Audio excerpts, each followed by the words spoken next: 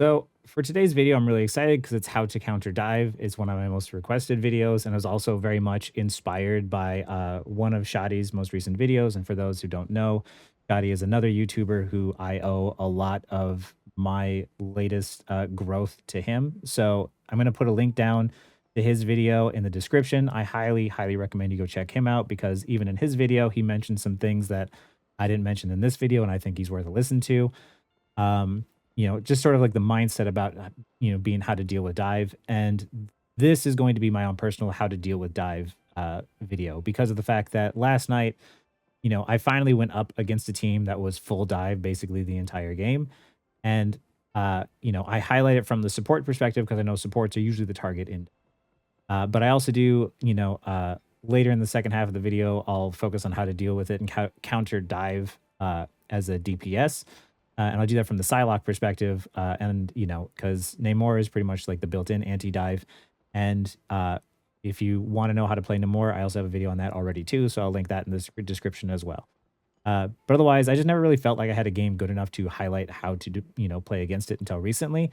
And it just so happened that everything perfectly aligned with games recently and with Shotty's video that this felt like the perfect time. So yeah, that being said, let's jump into it and let's hope you guys find this one useful too.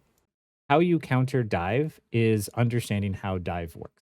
Dive heroes can't do a lot of damage altogether, so they have to focus damage on individual targets.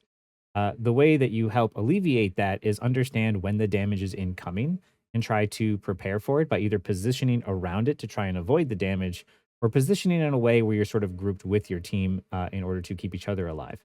The more you stay together, the less effective dive is because the more one of you separates, the better the advantage that dive hero has. A good example would be somebody like Punisher. If Punisher went off on his own to off angle from a different location, and he was by himself, a hero like a Psylocke or a Iron Fist might have the advantage on him because once they close that gap, they can easily take him out. But if you stay together, then you can get heals and whatnot because they can't do a bunch of damage to large targets. They can only specifically target one. So the trick is to make sure that you stay alive and stay close to one another. So here we immediately get blown up or jumped on.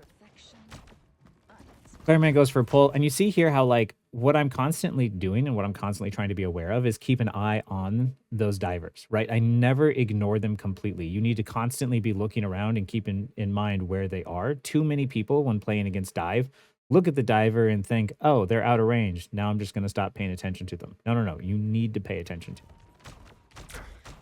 So here I'm trying to walk forward with my team, but I realize that like my team is just getting jumped like crazy. So like right here, once again, there's too many people to walk forward. So I'm going to back up instead and try and survive.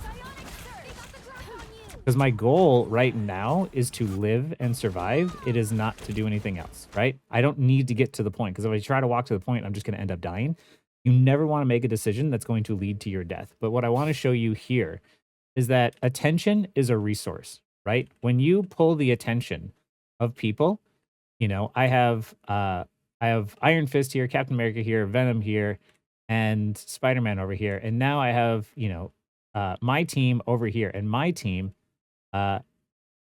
ended up pushing them off to the point and we're already getting ticks, right? This is the reason why it's important to stay alive, because just by pulling that attention and pulling that resource of attention away from them, my team was able to start giving us an early advantage. So now that they realize that they're losing the objective, now they rush back to the point. I go invis, but look how like the moment I hear Spidey, I'm like looking around for him. I'm still staying in invis because I know they can't see me. I know my team needs health really quickly, so I'm going to try and rush there. And this is where it gets bad because the fact that I don't want to reveal myself, especially without knowing where they are, but I needed to keep them alive. So I went on to the point and I tried to use my push to get the divers away from me, but I ended up paying the price. That happened because I wasn't aware of the Spidey and I didn't keep an eye on him. But I was left with two choices where it's just like possibly let my Emma Frost die or pay attention to the Spidey or help my Emma Frost live and see if we could survive together. And I chose the latter. But luckily I got the res, so I'm coming back. Also, when you're up against dive, because of the fact that dive works by isolating a single target, staying grouped together, supports really need to be very hyper aware of where each other's placement is, because once someone dives one support, if a diver dives one support, uh, and both supports are looking at each other healing, the diver's probably not going to be able to kill them no matter what. But still, that somewhat benefits the diver in a sense that they're pulling the attention of both the supports at once. But once you heal through and once the divers have used their cooldowns, the divers want to get out because then it's dangerous. So what you need to do is survive that incoming burst and let them get out and then go back. And that, like, when they get out, that's your opening to do something. So luckily, because the enemy team focused so much on DPSing and trying to kill us, we got the point because they just sort of left it alone. And you see here how I'm constantly looking around. I'm paranoid. Like, look, as soon as we start to get dove, I'm immediately aware of where my rocket's positioning is. I'm trying to just keep my team alive, and as long as we stay clumped together, we sort of have the advantage here. I also try to save my push and my pull as Invis Woman for one of two things. I either push them to get them out to stop that burst damage from happening, or when they want to leave, I want to pull them back in. This is great because then you have that choice. Do I want to push them away to avoid the incoming damage, or do I want to pull them in as they try to leave to try and secure the kill? Player choice in video games is always great.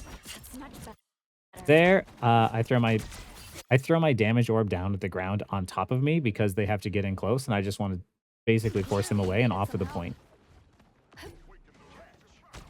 My team also did really good this game, so you know, as much as it is me staying alive, my team was doing really, really. If we get to the castle, we can break. But you see how I'm like constantly looking around? I'm always paranoid. See, this right here is what I'm talking about. This is what players don't do, where you you need to be paranoid. Like, you need to be traumatized to the point that you are checking every corner, every angle, and looking around because of the fact that they are waiting until you stop paying attention. And the moment you stop paying attention, that's when they're going to jump in on you. And the way that I get around dive is I am always looking around. You can always see me looking ahead and then looking back and then looking ahead and then looking over here. Like, the more I look around, the better chance I have of avoiding that incoming burst. Because if I can predict the burst, it's much easier to survive the burst. And the moment that I hear, you know, thwip, thwip, I'm like, immediately turn. I have to survive the incoming damage. The enemy Cloak and Dagger is ulting, so I just have to survive the... I just need to survive the ults right now. I get out of that thinking it's thinking it was the enemy team's, it was ours. Cap ults, bunch of ult domino here. I'm an ult to keep my team up. And right here, I'm immediately going to go and try and break the rocket ult because of the fact that I know that we're pretty safe inside of my Invis Woman ult. So what I want to do is kill the rocket ult first and foremost, because that will help my team secure the rest of the kills.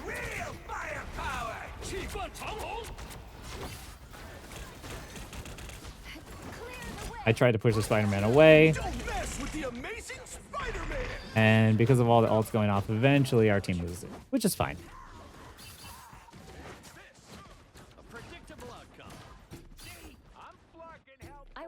It's just ult after ult after ult. We all used a bunch of. But our payload pushed up really, really far. So this is sort of beneficial for us. And right now, it hasn't stopped moving. Our teammates, I guess, that had died first ones to get back really quickly. So they just kept it going. Also, I use it here because of the fact that I could see that my team was pushing them really far back. Using your ability like her double jump in order to get back into the fight quicker is right when you want to eliminate the downtime in a fight. However, when you use it outside of the spawn, there might be a flanker waiting there to kill you.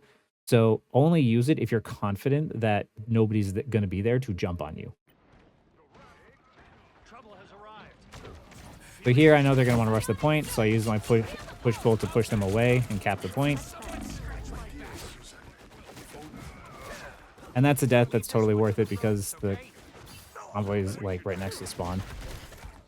If you die and you cap the point, that doesn't matter. Like, you know, it's always best to try and stay alive, but if you die capping the point, you just respawn next to the point. It's also the reason why you don't want to use ultimates next to the enemy team, you know, after they cap the point. Like, if the enemy team starts popping ults here, it would be totally pointless because we would just respawn so quickly, you're not really holding the objective for very long.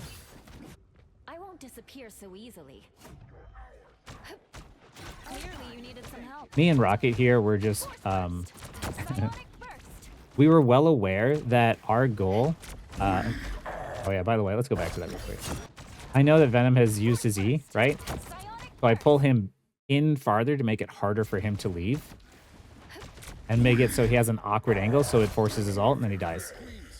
Me and Rocket were well aware that we were going to be dove the entire game, and our job was basically just to survive that dive as long as humanly possible. Like, we know that we're going to die a lot, but if we can eliminate, a lot of the, waste a lot of their time, it gives our team a lot of openings to do stuff themselves.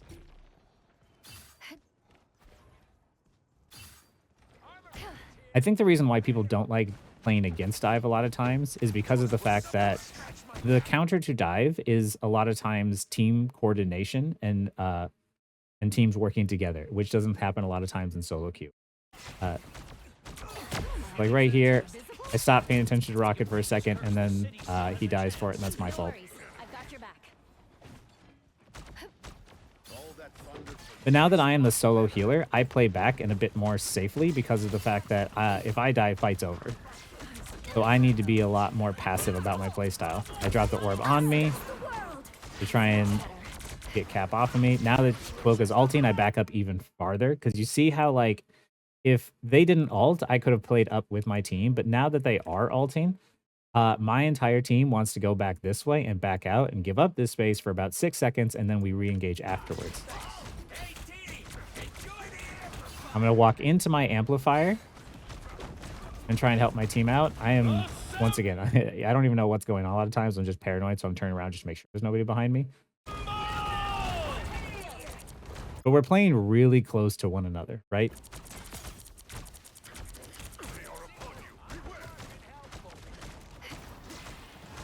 Here, I'm just trying to see if I can't push someone off.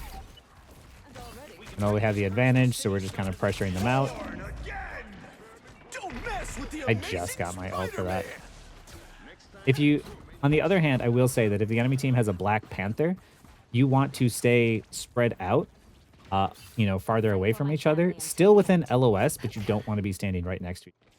This, because we're up against an Iron Fist, a Venom, a Spidey, a Cap, we want to be near each other.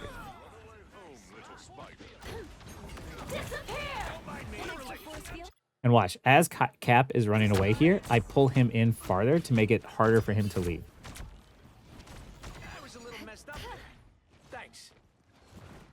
I'm trying to stay always near my team, because, like, if I'm near my team can pull back and pull them off of me, and I can heal them, right? And here, I see Rocket is getting dove, so I try to push the Spidey to mess up his combos. And I end up getting bursted, which is fine. We get the res. They don't see it. And once again, you see I'm paying attention to Rocket, and he's trying to pay attention to me, all while at the same time being dove. And I'm focusing targets my teams are focusing on. Me and Rocket, look how we noticed, we know that in this fight, we just need to keep each other alive. A dive hero like Cap isn't going to kill us. He's not going to be able to kill us if we're healing each other. So our goal is to just survive it, try and do damage to him and force him out, and then go back to helping my team.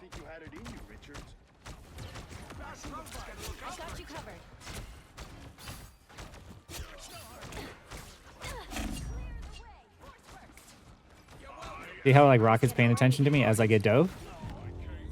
As supports going up against the dive, you always want to be very, very aware of your other supports and when the dive is about to happen. If you haven't seen Spider-Man or Captain America in a little bit, they're about to dive you. That's a good way to remember this. Like, just always be super paranoid and aware of the fact that, like, hey, I haven't seen their, Psylocke or Captain America. Like, maybe I should take a look up top and around me to make sure I can see them. Because the moment that they dive, if you immediately start healing through that, they waste their combo and have to leave. And during that time that they need to reset their cooldowns, that's your time to make a play on the enemy team, because that's when they're weakest. It's about making those windows of opportunity. You survive their big burst, and then they're weak for a window, and then you can try and make a play on their team because they need to, wait 8 to 10 seconds for those cooldowns. So all you need to do is capture the mission area. Got it? So here I told them to trust. I was like, they really didn't want me playing Cloak and Dagger in the first round, but I was like, I play a lot better on Cloak and Dagger than I do on Newswoman. And here, We know that they've had a Spidey in the first round, right? So you see how I'm here? I'm third angling peeking, making sure that Spidey's not going to come around this corner. You need to be aware of how these players play and like what the what the strategy is of those different heroes and how to keep an eye out for them, because I need to be able to tell my team by covering this space and covering this angle is let them know if Spider-Man is coming through this side angle here. Everybody is in control. Everybody is in charge of controlling space. Everybody can do it. Tanks can do it. DPS can do it. Supports can do it. This is an example of me as a support saying, "Hey, I got this side. Nobody's coming this way. We're good." My time to shine. And here, I'm always peeking back to Rocket and trying to be paranoid, making sure that like even if he takes the slightest bit of damage, I can heal him. In this situation, there wasn't much we could do because of the fact that like our gets a little silly and goes behind the wall and chases a little too hard. And then Emma is behind LOS. And so I was not about to play up because of the fact that me and Rocket, if we play up in here, the divers have easy access to us to immediately jump past our tanks and get to us. So I'm trying to keep as much distance between us and them as possible. I was hoping we were just going to hold this doorway, but that didn't end up working out that way. So here I want you to see how I now figure out like, okay, we are in a bad situation. A lot of us have died. We got a res from Thor, but we still lost a lot of space. So now I am going to start backing up and giving up space and prioritize staying alive because of the fact that if you're playing support and they have dive, they want to jump on you. So I run away to try and find cover and where I can heal from a distance. And this is my favorite place to be in this map here as a support. I can just hang out back here and I try to apply pressure to whoever I can, apply pressure, apply heals.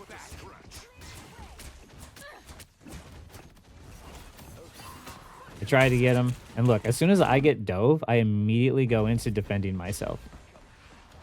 My time to shine. We better test this out. I give her the juke with the rocket jump. And right here, it's just about trying to survive as long as possible. The divers pushed me out of position by jumping back in there, and I didn't really have much of a choice.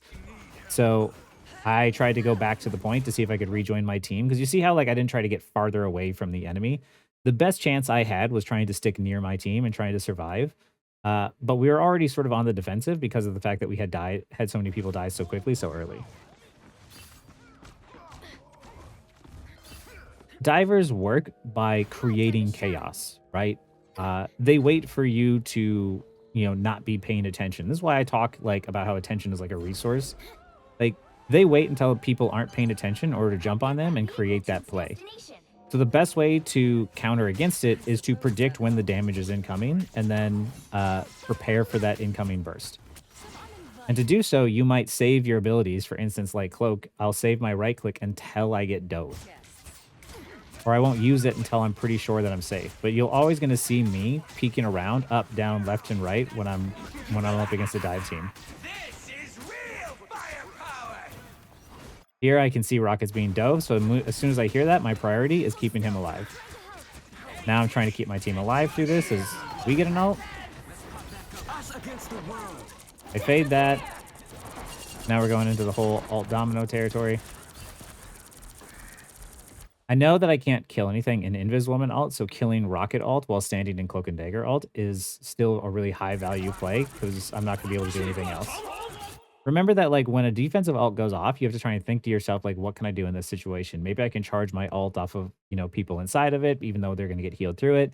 Maybe I can destroy the res station. Maybe I need to back up and give up space. Try to find something that's the most value because just hitting damage into the support ult isn't going to do anything. Drop the heal down and immediately go into damage mode as our team has the advantage. As she's ulting, I immediately get to high ground, so now I can see my team and start prioritizing healing them to keep them alive through the Psylocke ult. Still ends up getting the kill, but it's fine. Our team won the fight in the end. And I apologize, I need to pause this a lot, but like with dive, like I said, it's a very chaotic fight, right? There's so much going on that it's sort of like a free-for-all, and you kind of need to play around that in mind. And the only way for me to like explain this is by pausing frequently because of the fact that everything is happening so much more faster pace. I make the joke that like people who play dive heroes are the same people who take Adderall or like, you know, drink a lot of like caffeine. Like because that's the play style it is. You're not sitting back picking an angle trying to shoot, you're constantly rotating around.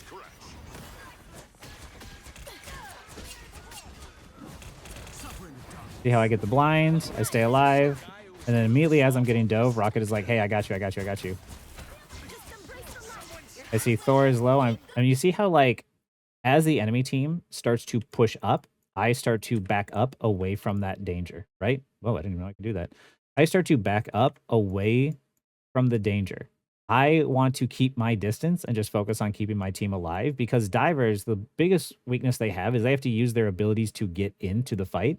And if they have to use abilities to get into me, that means they don't have as many abilities to get out. So I don't want to make it easy on them. I want to make it very difficult for them to close that gap to get to me. So here, I immediately try to get the blinds. I try to get out. And you see how, like, because I survived the dive, that gave an opportunity for my team to jump back on them and get the kill.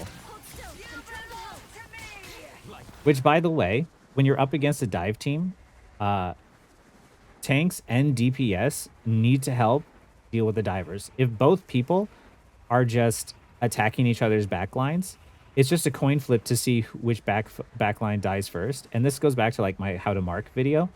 You want to pull back and deal with the divers first, and then you want to push back in. You see how like we went back, Thor went back, killed the Iron Fist, and now we're engaging because now we have the advantage. And I don't need to worry about healing too much right now because we have the numbers advantage. But the moment I see someone low, then I go into healing. See how I bubble myself and I stay alive.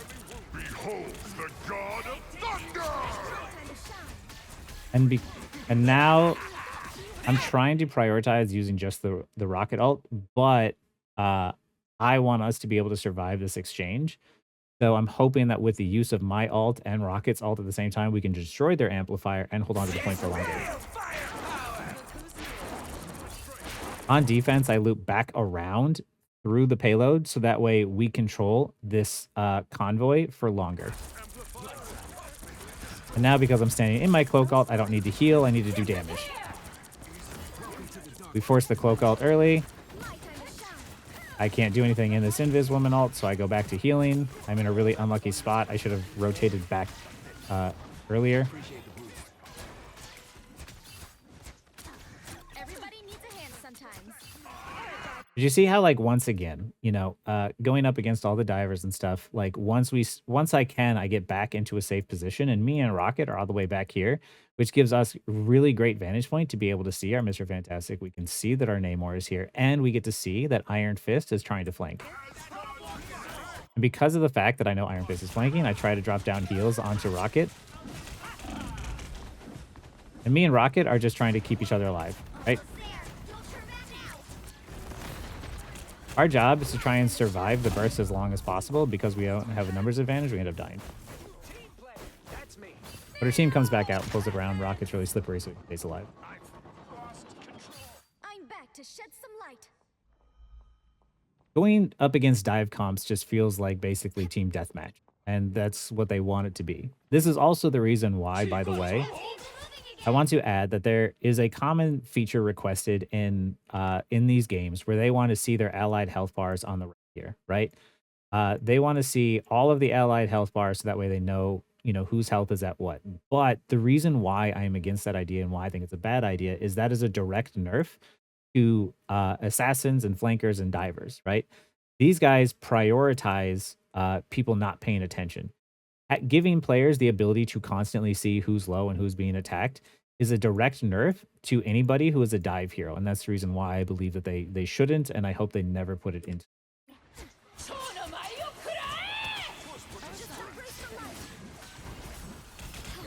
And Nero, because of the fact that I hear ults, I'm just trying to keep my team alive.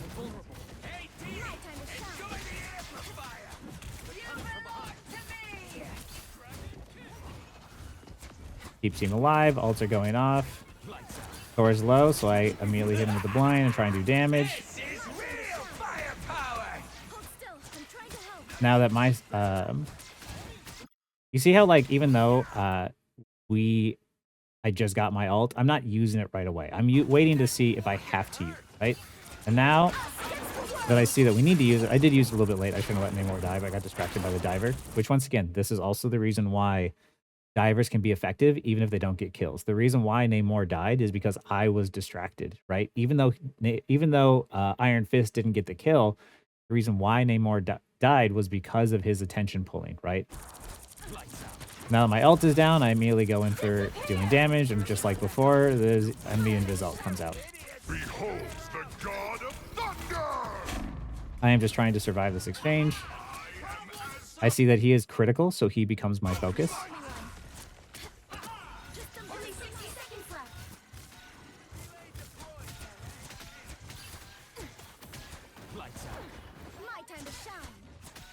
I see Emma's low. I need to keep her up. They got me on the reload. I thought I could fade and get out of there in time. I was late because I hesitated. Down to 30 seconds. My time to shine.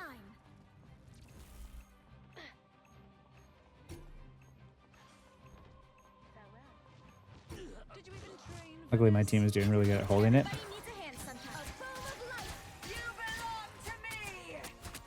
Follow up on whatever they are doing. I am staying near the payload in case anybody tries to get to it at the last second, but also at the same time staying within the LOS of my team. Right? See, here's the rocket coming. He got the touch, unfortunately, but dropping the heal and immediately fading out, so that way it allows me to survive the Psylocke ult. I see that they are low. Now, because of the fact that they have to rush the point, it puts them at an extreme disadvantage, which makes it much easier for our team. Because we have the numbers advantage, I am just trying to make sure that we stay alive and we get the kill. The final score, 1, 2, 3. Dive is an extremely chaotic fight. It's very different from how you would normally play. And a lot of times, you know, dive heroes don't get a lot of damage. So if you're looking at your, you know, if you look at the scoreboard, you're going to look and you're going to pay attention to your teammates and you're going to think like, oh, this person's got low damage. Like, why is their damage so low? Well, divers aren't going to do a lot of damage like a Punisher or a Hela or a Hawkeye. What they're going to do is they're going to do very specific targeted damage, right? Like, here's a good example here. Naturally, you're going to have someone like Namor do a lot of damage because that's what his turrets do.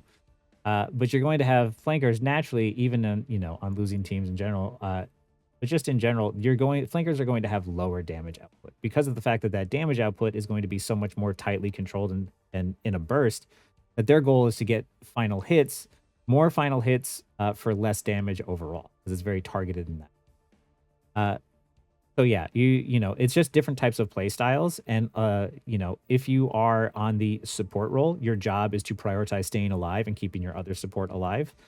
And if you are on the DPS or tank role, your goal is to try and peel them off of your team before engaging and trying to attack the enemy team.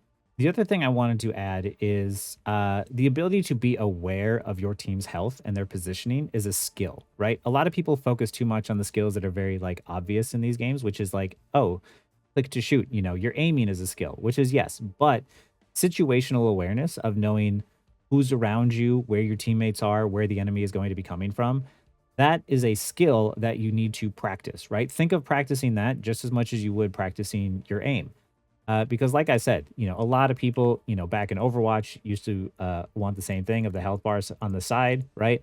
But this right here, having the bars here is not the solution, because that would be actually, to me, worse. Because for those of us who have practiced and honed this skill of, you saw me turning around, paying attention, being aware of my surroundings, that is something that helps me carry games. And that is something that can help you carry games as well, is by understanding how those heroes work and how they play, and always sort of checking corners in places where they might be. to make sure that you're not getting flanked by them, to make sure that you're not getting destroyed. So yes, think of this one just as important as your aim. Okay, I'll do a quick one where I was playing DPS and marking to Spider-Man and showing how I peel flankers off of my. Okay, and this one I'm playing Psylocke. I don't know the enemy's team comp yet. I know Namor is the best sort of like anti-dive hero, DPS hero. That doesn't mean that you only have to play Namor. He's the most effective at it. However, I'll show you how to do it, how I do it as Psylocke. So immediately I see that there is a rocket, so I want to get the res station first. I'm more confident I can destroy the res station before I can destroy the rocket, especially with him standing right next to Luna. So I cloak in to immediately do a burst on the res station. And now I'm going to attack and distract their backline. Because once again, now my goal as a diver is to look and see who I can attack. And I have multiple people here in which I can distract. So now there's 3 people looking at me. I know that I can't dive in there and get a kill. So what I'm going to try and do instead is just distract them. That's the goal.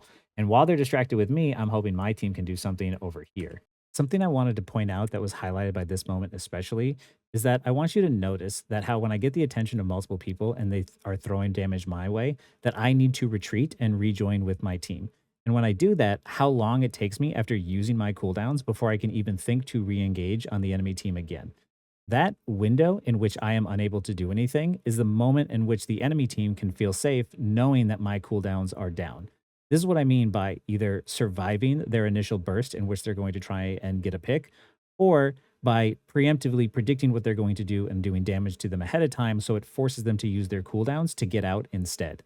Even if my cooldowns were to come back, there's no guarantee that I'd be in a good enough position to flank again anyway because of how much damage and pressure could come from other heroes such as Star-Lord. Flankers just don't have the ability to apply as much pressure through damage alone. So if they fail at getting those priority target picks, they become more of a hindrance to their team. So this is what I mean by trying to survive the burst and push them out. And my goal is to just try and survive. Because I survive,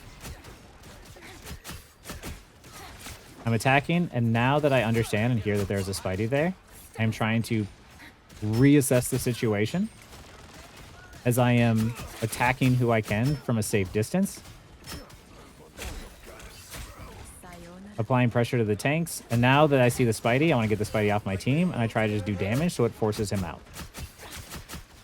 I see that the tanks are low and sort of being over pressured, so I'm trying to get them out. I'm trying to follow up on what my tank is doing.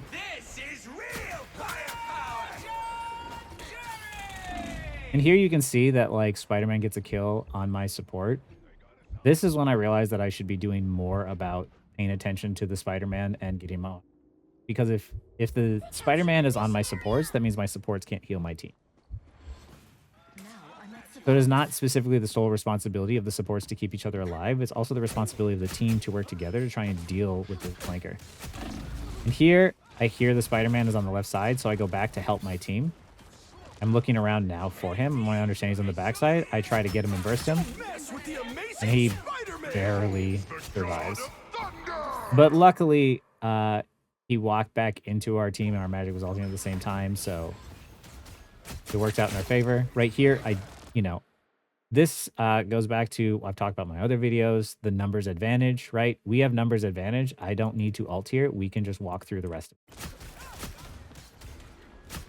You see how now I'm starting to target the Spider-Man? I see the Spider-Man is up there. And I didn't forget about him. You see how I didn't forget?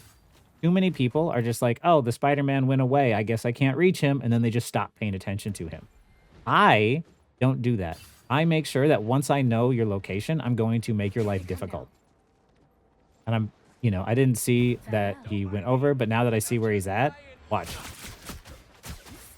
I apply pressure to him, and now he has to leave. Now he uses his cooldowns to get out, so he doesn't have them to engage on my team. Together to victory. I am ready to put on a show. Now, because I have ults, I am trying to wait for timing in order to get a good ult off because of the fact that they just used their ult, their Luna ult. but I get a good pick on the rocket. And now once I get a good pick on the rocket, I immediately go back to peeling the Spider-Man off my team. Even if I don't kill the Spider-Man, he gets low, and now he has to leave, and now this guy is ours. Double KO. Your goal with divers is to either do enough damage to get them away from your team or do enough damage that they die. One of the two. Even if you don't successfully kill them, it's fine, because by taking that few seconds to peel them off of my team, they leave, and now I can attack whoever else is there. Cap gets the res station, which is really good. I have an ult. At this point, you see how they forced him out just by doing damage and surviving? Now they have to. Now he has to wait to engage. Double KO. That's 3. This is just, you know, In a row. I timed my ult, of course, right after the support ults, and it made for easy cleanup as it would like split the team. But now you see also, I'm not going to greed and try and pat my my stats by killing the Thor as well when I have 76 health. I got 3 kills. It's time to leave because of the fact that we have the advantage. We lost our support. I don't need to die now and make it more difficult on my team by me coming back from spawn, you know, later. What a difference. Fury's almost yours. See, I'm marking him, and I'm like, no, I don't want you coming in here. And I know that I saw him go up, so I go to attack him again. I'm not going to let him go in on my team. Healing magic. And now that I've dealt with the Spider-Man, now I know I can deal with the rest of the team.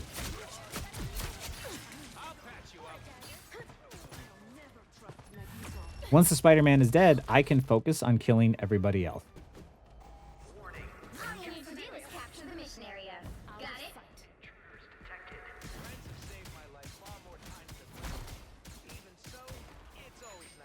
Here, once again, I see Spider-Man go up, right? Get ready. When you are aware of that flanker's position, your job, especially as like a DPS player, when you're dealing with them, is to not lose sight of them, right? I know that he's here. So if I'm not doing anything but just paying attention to this guy, as long as we're both paying attention to each other, we cancel each other out, which leaves our team to take care of themselves. However, if my entire team is focused on the rest of the enemy team, right? That means that I'm probably pumping damage into the tanks, which is not going to, like, you know, get a kill very quickly. And the moment that all of us are paying attention to the rest of the 6, the Spider-Man is going to pick a target that's low in the back and get a free easy pick. So I never stop paying attention. And the moment I hear Spider-Man go in, I immediately jump on him and kill him, right? This is what I'm talking about. He was waiting for my team to stop paying attention, thinking he could get a free pick. I predicted what his play was going to be and did the damage to him then afterwards. It is much easier to kill someone when you predict what they're going to do than simply trying to react to what they're doing. I tried to get an execute on him. It didn't work. But because of the fact that we have the numbers advantage here, I can safely sit here and apply pressure to these tanks, especially while I see Magic going in to do a bunch of damage. I just need to dish out enough damage that eventually the team falls over.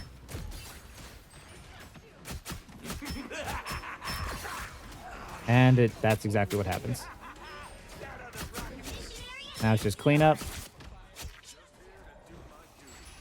Well done. Now here I am. I know that my team is underneath and my cap is over here. And I am controlling this space up here. Everybody should be watching an angle and seeing which way the enemy team is coming from and trying to defend those angles.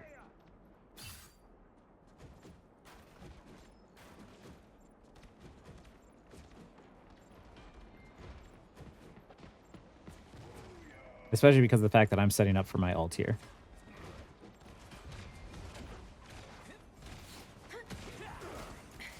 I try to force Rocket's cooldowns. I have a really bad ult here. I kind of messed up, but it still forced the Luna ult and forced Rocket into a bad position, which means I could execute him afterwards. Your ultimates don't always need to get kills. They can also create space by forcing people into bad positions, which is what that happened to that Rocket. Now, I'm just trying to do damage because of the fact that I'm just trying to charge my ult. And I see that Spider-Man is the outside of the range of his support. So I'm immediately focusing my attention onto him instead. And I want to try and isolate him and kill him. He's very fast, he's very mobile, so he's going to grab the health, right? Captured more than half of the mission area. That was a little BM of me, but I got really tired of Spider-Man this day. But you see how I didn't stop paying attention to him? Even here, where I'm dishing damage or I'm just trying to charge my ult up, right? The moment that I see him, I'm immediately going from targeting the tanks who are just going to absorb a bunch of my damage anyway. And I'm immediately looking at him being like, you are now my problem. I'm going to make you my problem. And I'm going to make sure that you don't fight my team. So there he pulls my cap, which is totally pointless because it's a tank. And I do enough pressure to him that once again, do I kill Spider-Man? Nope. But he leaves. So he gets health and he leaves again. And because of the fact that we put him into a bad situation, Captured more than half. we can deal with him and get a kill quickly.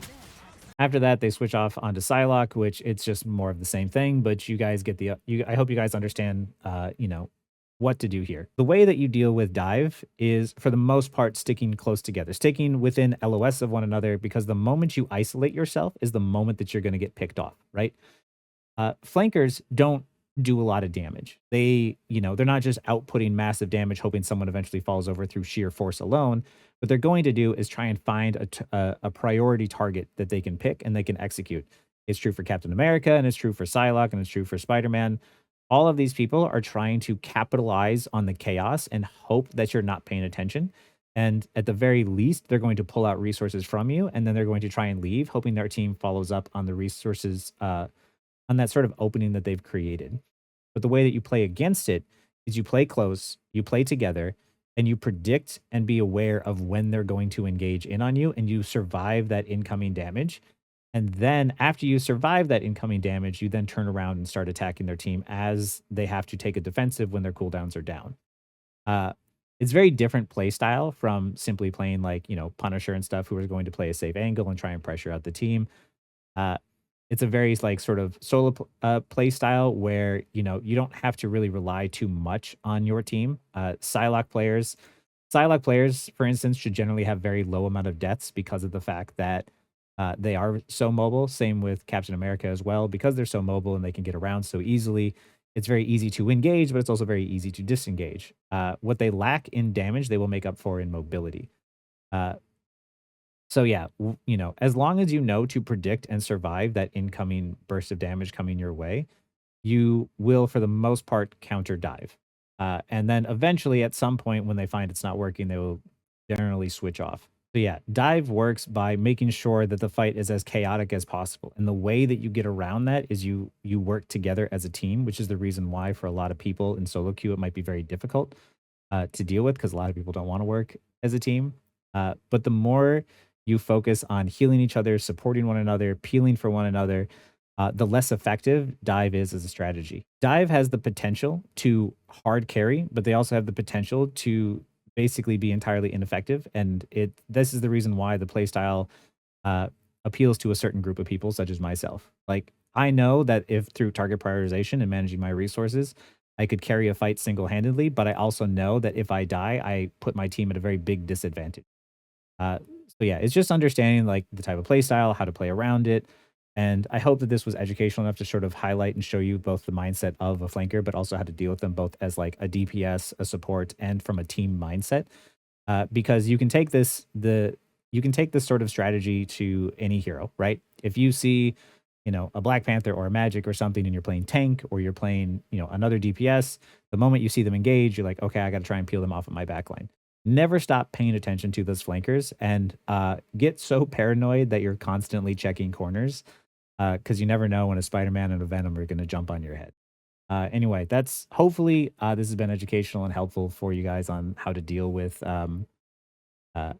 flankers and how to deal with dive. If you have any questions, please leave them in the comments. Anyway, thanks for watching.